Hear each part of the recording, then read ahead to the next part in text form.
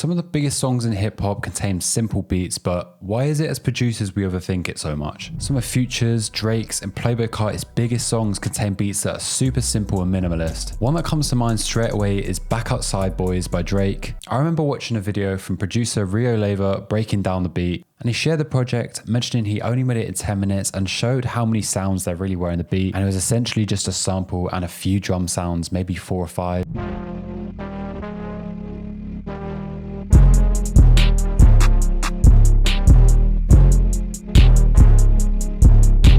Yes, he used a loop, but the sample wasn't anything crazy. It was just a simple textured analog sounding sample. And that song by Drake has over 148 million streams on Spotify to date, because the truth is that more time and more effects doesn't automatically equal better music. It's to remind you that simplicity definitely has its place in the creative process. And by allowing your creative process to be led by the vibe or a feeling, as opposed to anticipating what others might think, you can unlock a much more fun and freeing process to making music. So to illustrate this point, I'm going to break down a couple of super simple but hard beats to show the power of keeping it simple and show you why you should start caring less about the outcome and more about making music you want to hear.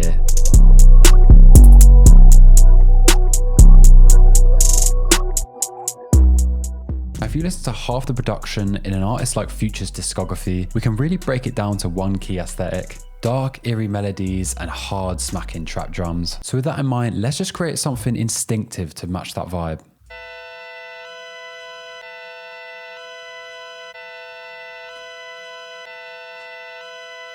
Now to make that sound, all I did was starting with this progression, pretty much just 2 notes and then a descending progression, just rendered out that progression, pitched it down 100 semitones and time stretched it slightly, then simply stacked some interesting texture.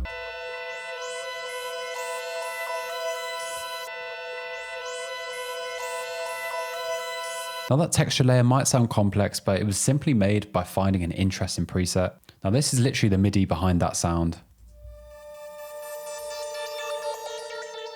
Just a kind of unique Analog Labs pad that had a load of texture. And again, I rendered that out, messed around with the pitch and reversed it. Now this is already the type of melody you might hear on a Future or a Young Thug song. A weird, unsettling melody, slightly abrasive and foreboding. Just needed one last layer to add a slight bit more texture and depth.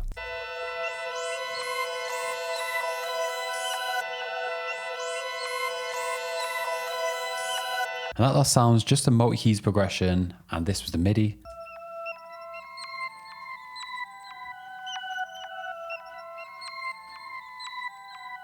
Now with those 3 simple sounds, we've got the perfect foundations for some hard drums.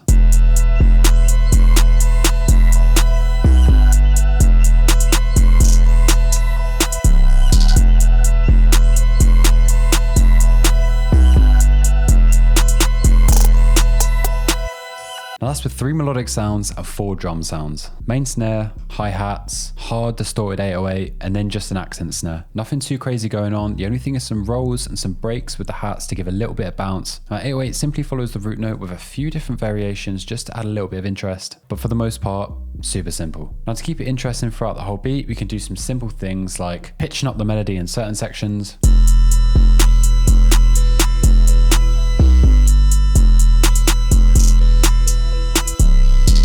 removing some elements here and there.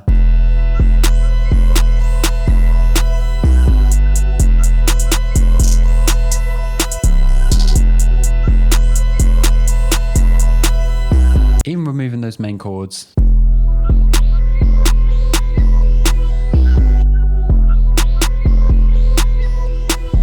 Now for this next beat, I'm going to break down something you might hear on Playboi Carti's next album. Something a little bit more up-tempo and energetic. So let's start with the melody.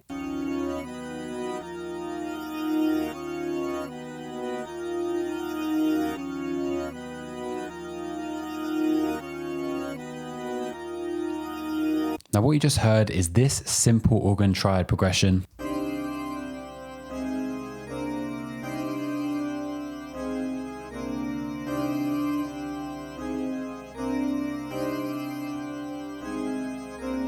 Essentially just reversed and pitched up 300 semitones.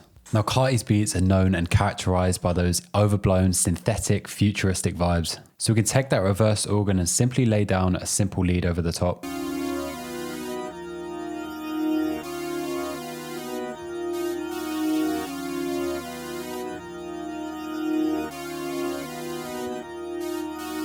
And then once we've got that, we can add one more synthetic layer just for a bit of bounce.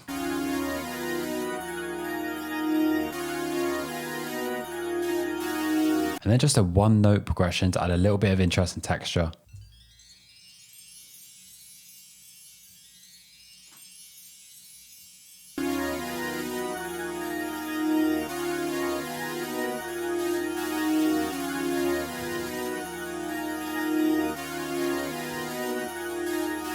And just like in a couple of Carti's recent songs from Iron Music, like Backdoor or Fine Shit, we can add that R&B vocal over the top to give a bit more of a unique feel.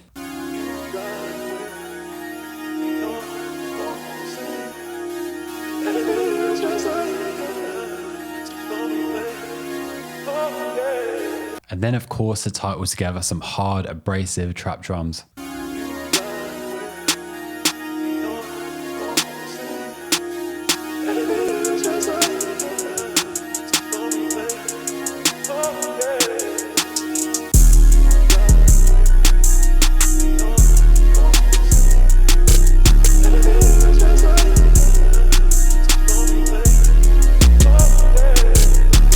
Now keeping it simple here, but adding punch and bounce with some crisp snares, open hats, snaps, and a simple two-step hi-hat.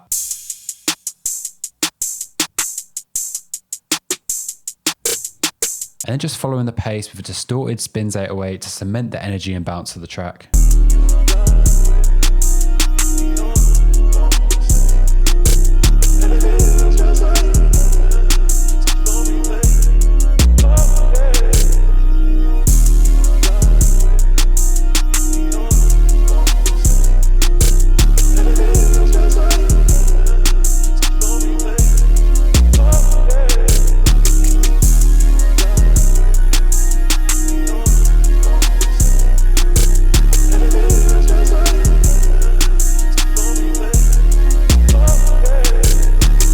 With the arrangement, we can keep it super simple with an intro, chorus, verse section, bridge, and then a simple chorus, and then an outro. And to keep things interesting, the same as last beat, we might be pitching things down or spacing things out. We might be removing the vocals in some section, removing the lead in another section, just keeping it varied and not too repetitive. So I think in summary, the message for this video isn't necessarily make 10-minute beats or make beats in an hour, but I think the main point is don't feel like you need to make your beats unnecessarily complex, because at the end of the day, we're making beats for artists. We're not making them to impress other producers. But there's a place for complex beats and there's a place for basic beats, but just have fun with the process. I hope you guys got some value from this video. If you did, please make sure to like the video, subscribe, and turn notifications on to never miss one of my videos. If you're new here, welcome. This channel is all about giving tips and tricks from my production experience to help you guys become the best producer you can possibly be. If you did enjoy this one, make sure to check out the video on screen, which will show you the secret sauce behind Don Toliver's Octane beats. Thanks for watching. I'll see you all in the next one.